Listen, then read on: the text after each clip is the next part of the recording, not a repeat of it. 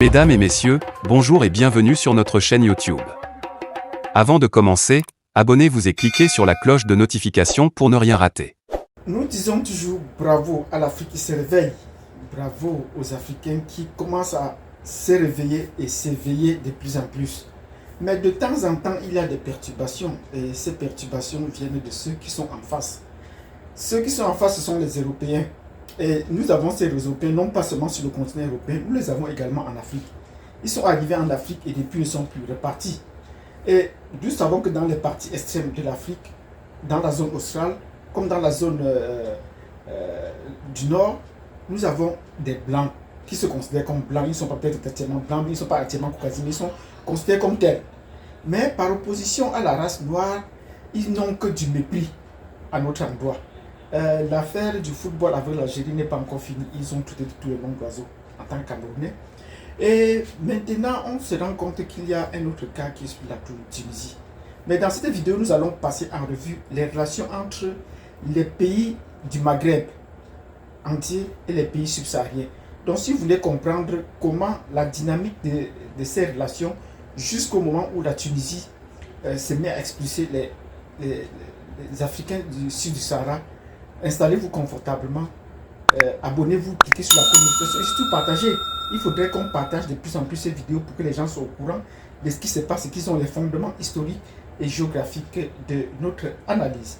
Sur ce, je vous donne rendez-vous tout de suite.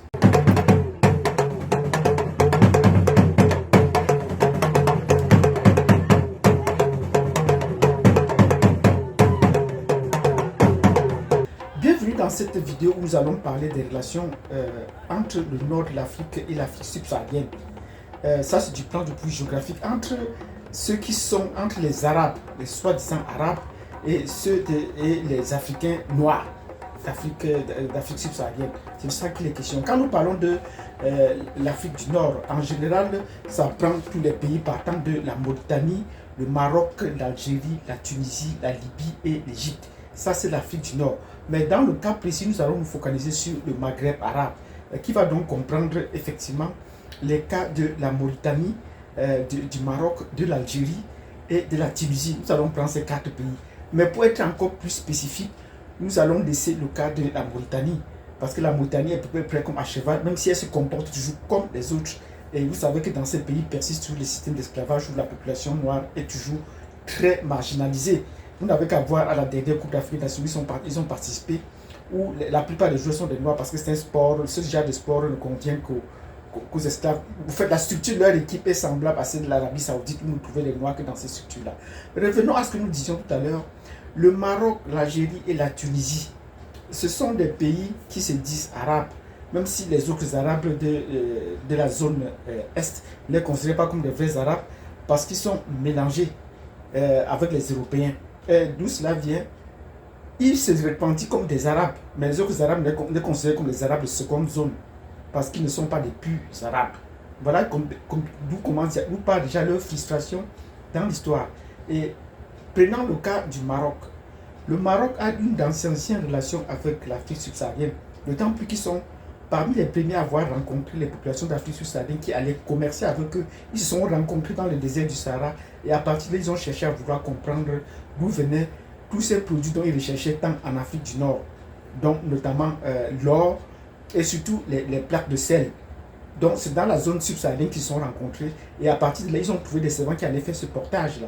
Et partant de l'ancien empire du Ghana pour aller vers le sud de l'Espagne, on mettait environ 3 mois aller-retour et on avait besoin de servants ou des noirs pour faire cette traversée du désert aller-retour parce qu'il n'y avait que les noirs pour faire cela. Et pour se solidifier, avoir une armée typique, le royaume chérifien a donc dû recruter près de 2000 servants. Il faut les appeler des servants, pas des esclaves. 2000 servants dans son armée pour solidifier son armée. Et c'est grâce à cette armée qu'ils ont pu, jusqu'aujourd'hui, peuvent tenir tête à l'Algérie, même s'ils n'ont pas beaucoup de ressources.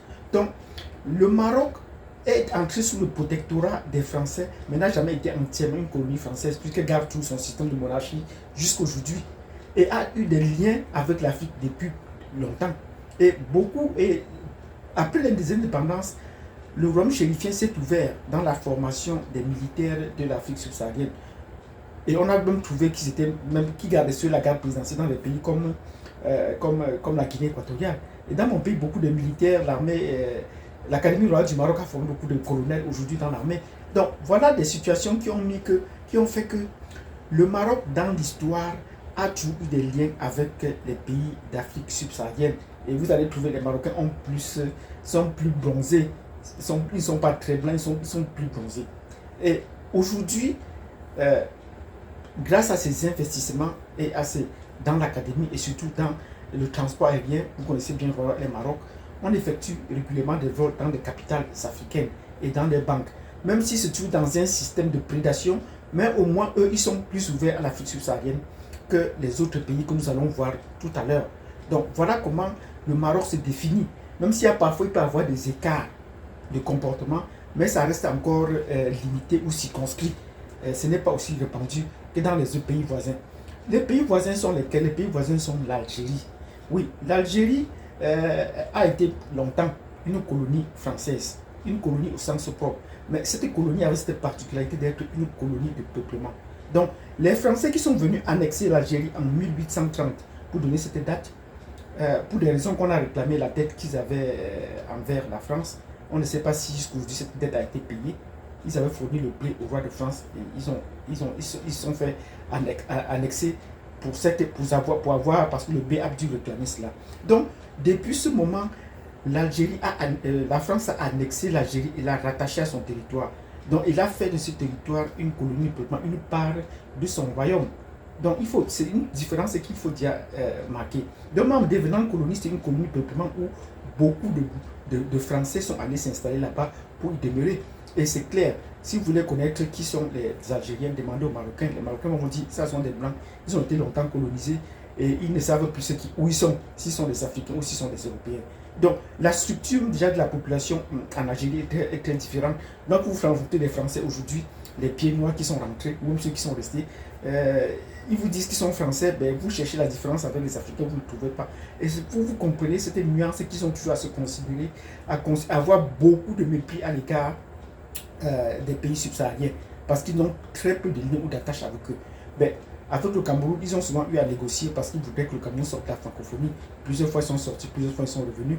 Donc c'est un pays qui ne sait pas s'il peut s'ajuster dans le monde arabe où ils sont rejetés, ou encore dans le monde africain où ils ne veulent pas, ils veulent se considérer comme des patrons. Pendant longtemps, ils voudraient également se rattacher à l'Europe.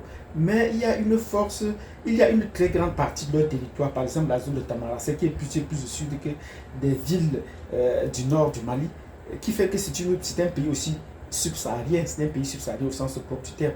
Mais comme la frange noire a été repoussée dans le désert et que beaucoup d'Algériens ne connaissent l'Algérie que la partie méditerranéenne, cela fait qu'ils considèrent que leur pays n'est pas un pays subsaharien. Et beaucoup d'Algériens me l'ont dit ici, mais je dis qu'eux, ils ne considèrent que la minorité des Algériens.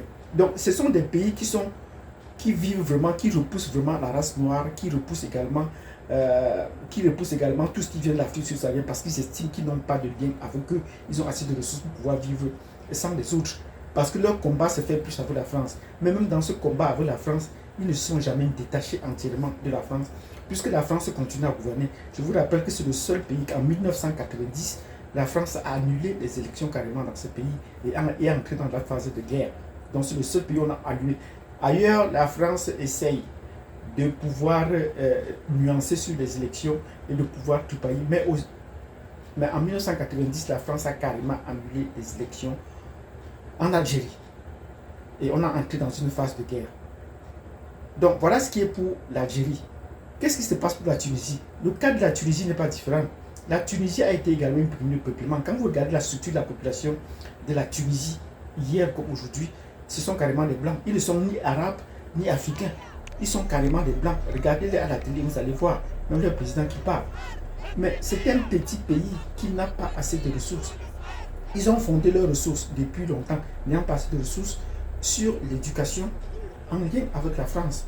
Beaucoup de professeurs français sont venus là-bas installer, créer des écoles et ils ont attiré beaucoup de gens qui viennent là-bas faire le business académique. Cela voulait dire qu'en ouvrant les écoles aux pays subsahariens, à d'autres pays, ils se faisaient du business pour les inscriptions, les formations qui étaient de qualité, au même niveau que celle de la France. Donc voilà ce qui a attiré les Africains là-bas. Il faut déjà qu'on le comprenne. Donc c'est très important de faire cette situation.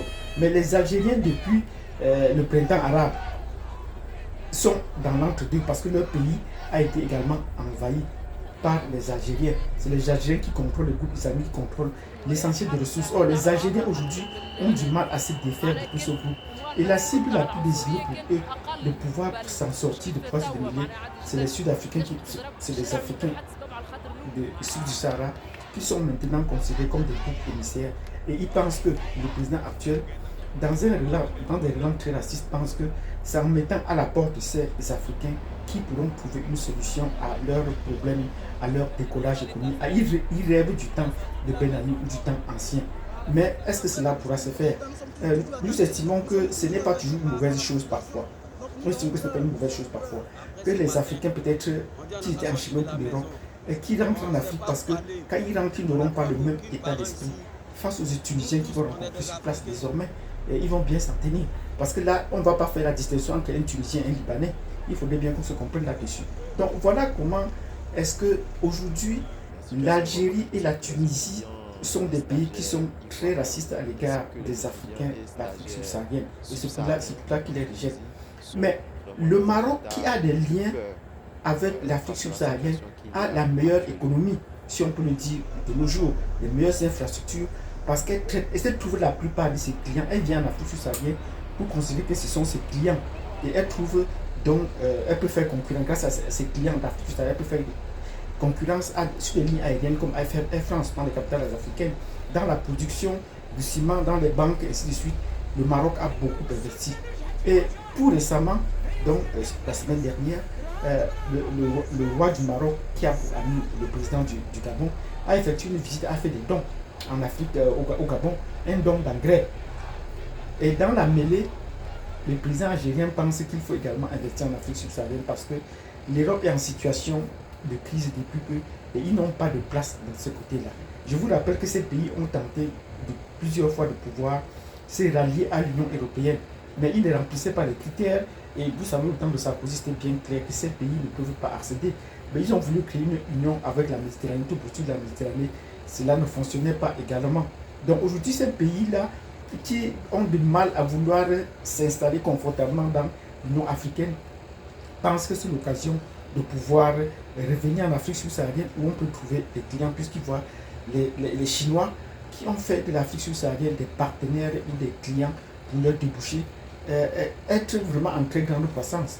Donc, nous disons bravo et nous disons courage aux Africains qui sont en train d'être refoulés. Ceux qui ont déjà appris des choses, qui rentrent peut-être maintenant, c'est remettre.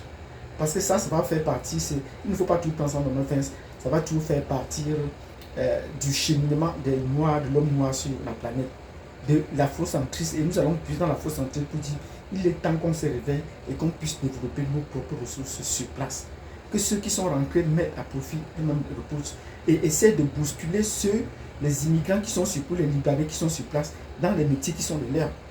Par exemple, dans les commerces, pourquoi est-ce que vous ne pouvez pas boycotter les commerces de ces Libanais-là sur place? Il faudrait bien qu'on prenne à disposition s'il y a des centaines d'étudiants qui sont rentrés, mais organiser des boycotts de ces commerces des étrangers sur vous, comme on le fait aussi ailleurs. Ce n'est pas en Turquie que c'est mieux, ce n'est pas au Liban que c'est mieux. Je vous rappelle que le Liban est l'un des pays les plus racistes du monde, même s'ils sont installés chez vous et jouent peut-être le fait qu'ils sont installés depuis 30 ans. Mais chez eux, ils n'admettent pas la présence d'étrangers. Ils estiment qu'ils sont déjà assez divisés comme cela pour pouvoir admettre la présence des étrangers.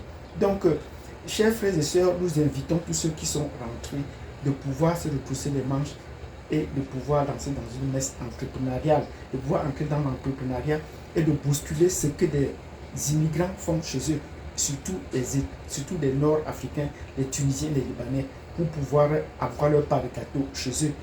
Donc, nous disons bravo à l'Afrique qui se réveille. Et nous, si vous avez des questions à ce propos, il était temps que nous dénoncions ce fait de rabrouer les Africains, et nous serons tous rabroués ainsi tant que nous n'allons pas prendre conscience de nos propres forces, des ressources dont nous disposons pour pouvoir aller toucher les autres. Donc, mettez-nous des likes si vous avez apprécié cette vidéo, partagez et invitez les autres à adhérer à cette plateforme quand nous allons poursuivre nos analyses et essayer de refaire des repositionnements avant de poursuivre pour l'avant. Mais nous proposons également des solutions comme quand vous retournez commencer déjà par boycotter et de faire et d'offrir des alternatives, des solutions à nos frères qui sont sur place. Merci et je vous donne rendez-vous à la prochaine vidéo.